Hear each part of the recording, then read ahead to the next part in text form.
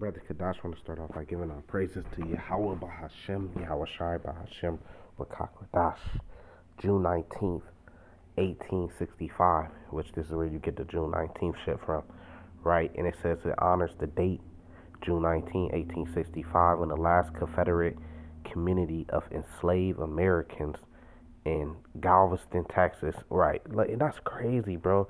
Enslaved Americans. Like, what Americans? And this is the same thing that we say with Gentiles. Well, what Gentiles? So you see how it says enslaved Americans, but is it talking about white Americans? Is it talking about black Americans, Latino Americans? Is it talking about Hispanic or Asian Americans? So it's the same thing when you talking about the word Gentiles. What Gentiles? It's talking about Greek Gentiles, Roman Gentiles, Israelite Gentiles, Israelites that's being called Romans, the same way you have blacks being called Americans. Which one is it, you know?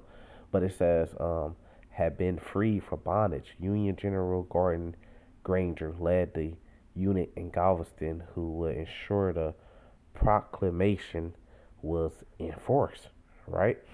Now, this is what you say, 159 years ago. So 1865 to 1965 is 100 years. You add 50 on that, gets you 2015. And you add 9 on that, gets you 2024. So 159 years ago, that's it. So some people on earth right now have grandparents, whether their grandparents are living or not, they have grandparents that would be, 120. So my great grandma would be going on in her 90s, right? But I'm not that old. I'm a young man. So let's just say you got a man that's in his 50s. His great grandma may be 110, 120 years old, whether she's living or not. Let's just say you got a man on earth right now that's in his 80s.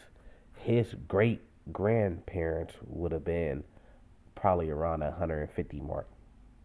So this is for some of us our great grandparents, and for some of us just our great grandparents.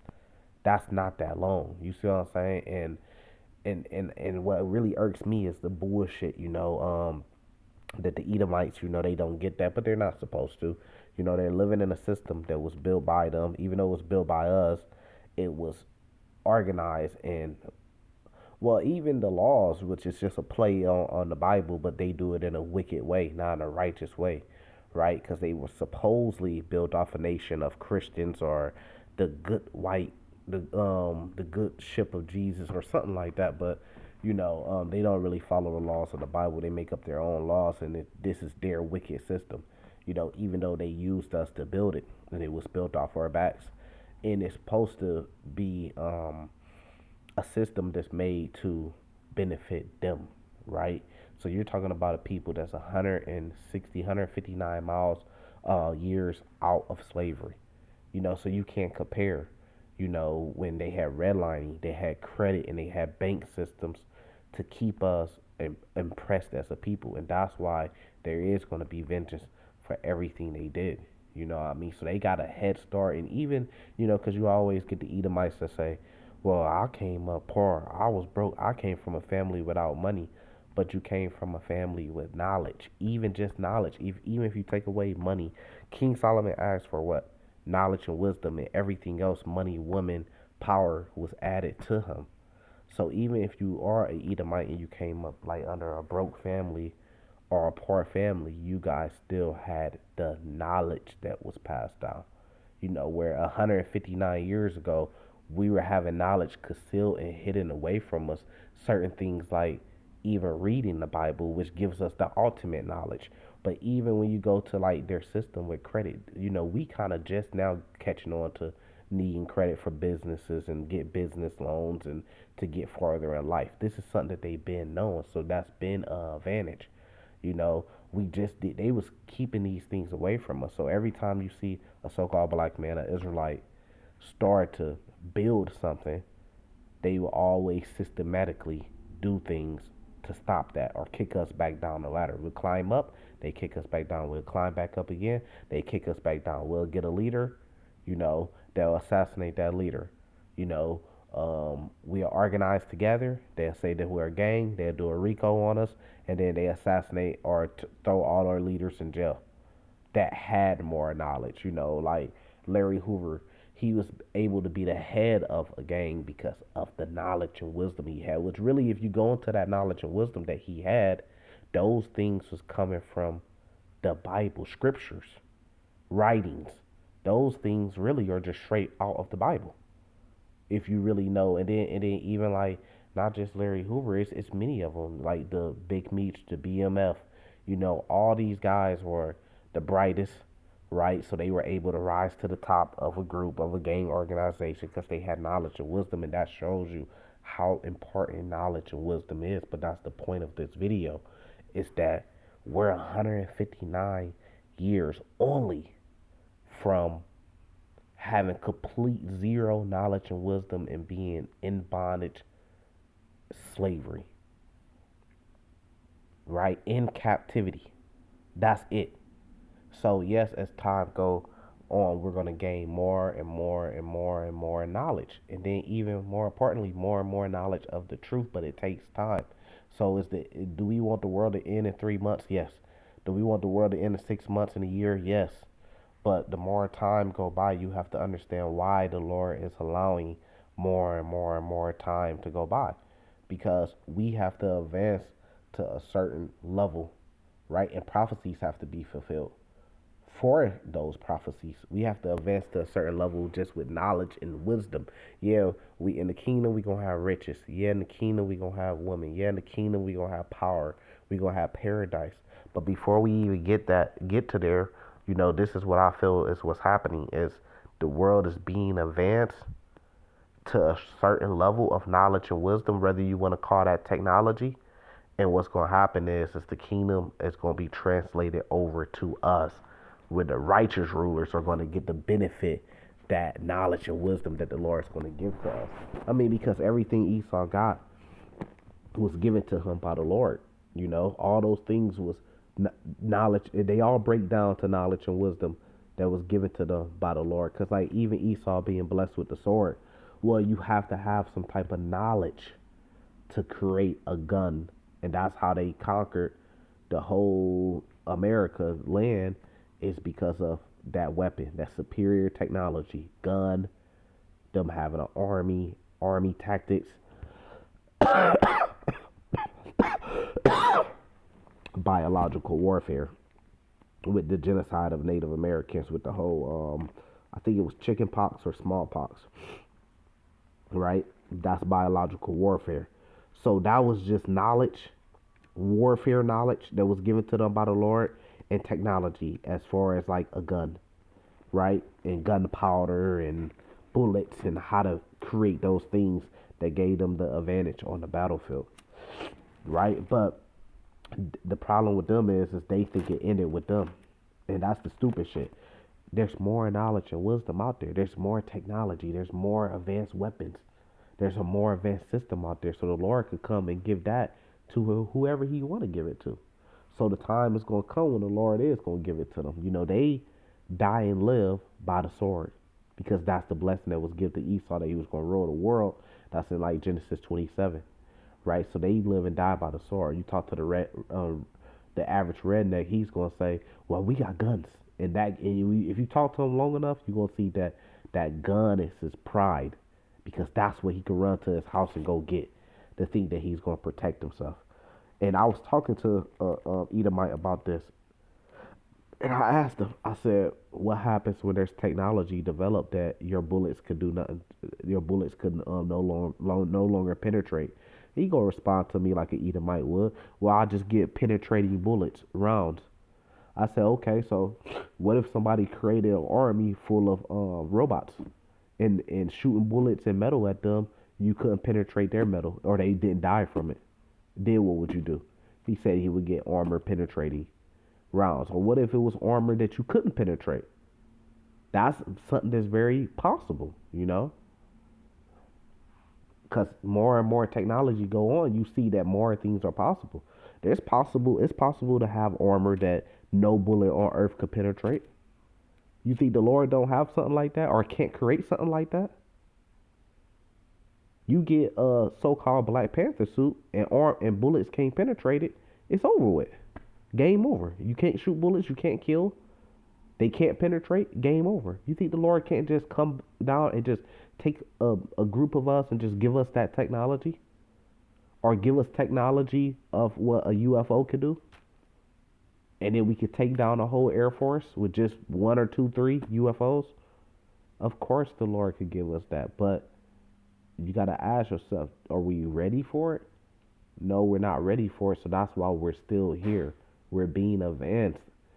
It seemed like the whole world is being advanced, but at some point, the Lord is going to come and take the Israelites and put them back on top where they deserve. So this, which that's the promise, Isaiah 34, verse 4, and all the hosts of heaven shall be dissolved, and heaven shall be rolled together as a scroll. That's technology right there, which goes back to the knowledge on how to make a nuclear missile, which was also given to them. And all their hosts shall fall down as the leaf falleth from the vine, and as the falling fig from the fig tree. For my sword shall be bathed in heaven. Behold, it shall come down upon Adumium, which is Edomites, and upon the people of my curse to judgment. And the sword of the Lord is filled with blood, and it is made fat with fatness, and with the blood of lambs and goats, and the fat of kidneys of rams. For the Lord has a sacrifice in Basra and a great slaughter in the land of Adumium, because they think they're going to get away with the things they done. It talks about them drinking from the cup of judgment too. You know, they think 150 years ago, who cares about it? That's in the past. You know, but then when reparations come up, they say, no, we can't give reparations because we didn't own slaves. Personally, it was 150 years ago. You benefit off of it. You know, but this is what they do. You know what I mean? And it's like, but you ain't got a problem with them sending money to Ukraine and Israel. You voice a problem about it, but you're not doing nothing about it. But if they give us reparations, then all hell gonna break loose. But see, this is what Edomites do, and this is why you have to judge them as a group and not just as individuals, like dumbass Christians say. Because what Edomites would do is they will have some that will act like they good, but the ones that they have a group of 50 that's so-called good people, right? And then they have another group of 50 that's the horrible racist rob and murder type. The group of 50 that's the good ones, they'll allow the bad ones to do their dirty work for them, because they know the things that the bad ones is doing, stealing land, taking people in slavery, is benefiting them as a group. And then they'll come out and say, well, I'm a good one, I didn't do anything, I didn't take you in slavery. But you know that these bad ones are doing it, and you're allowing them to do it because you know that it still benefits you. And that's why they're judged as a group, you know, because they don't have to. So it's the same thing during slavery time. You had the army that would take us in slavery and keep us in bondage and oppress and captivity. And then you had the good white man that'll come in, you know, he'll play a priest, he'll be a priest, or he'll be a pastor, and he'll come and he'll teach you, and he's supposed to be the good one. But he'll teach you to follow the orders of his people. And he'll lie and twist the Bible. You see what I'm saying? So that good individual shit, that shit's bullshit, is only 159 years ago. They benefit off what happened 159 years ago to this day, and they don't want to. And no Edomite wants to give up America, give up the land. What Edomite? And we did a vote tomorrow and said everybody vote if the American government and all Edomites should leave America. How many Edomites you actually think will actually vote? What do you think the percentage would be? So stop the bullshit, you know. Just stop the bullshit. Let's keep going in Isaiah 34, right?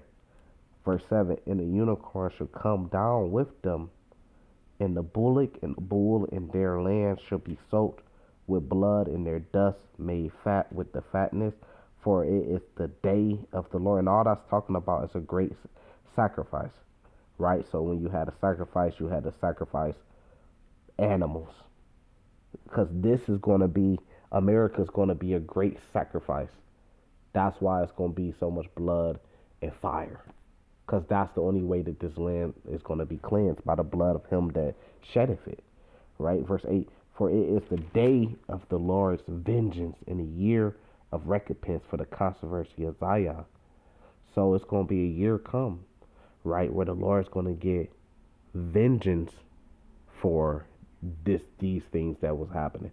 But they think they're just going to, do these things, right? Benefit off of them to get where they got the riches that America got, and then just say, hey, we didn't have slaves. We're good people now. But you know that you connect with these people that did these things in order for you to have the stuff you have. So the only way to reverse it is to give up the stuff you have. But you don't want to. You're not gonna want to give up the stuff you have because you really believe that the country and the land is yours. If you talk to the average Edomite, they really believe that this land is theirs and belongs to them. It should belong to them.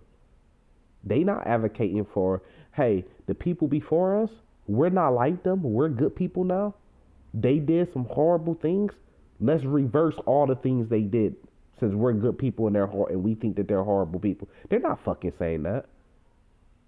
If you really was a good person, you say, let's reverse everything that our ancestors did that was bad. And that would cause you to have to pay reparations for the things they did to our people, the Israelites, and give all the land back and move back to Europe. Every single one of y'all. And give up right and ownership over the land. But you guys are never going to do that. And that's why you guys cannot escape the punishment, because the Lord has you in a trick bag. If you do that, then you lose your power as being the number one power on earth. And you go back into the dark ages. But if you don't do that, then you're going to be punished when the Lord comes back. So it's a hard decision to make. You like, well, we're not just going to do that and then lose everything. So fuck it, we just going to keep everything. And then when the Lord comes back, we'll see. Until the Lord actually comes back and you see how horrible the judgment is, then you will wish that you did repent. And the Bible talks about that too. And that's the only precept I'm going to get on it. So time is coming, you just got to be patient. With that, I'm going to say salvation to the elect. Shalom.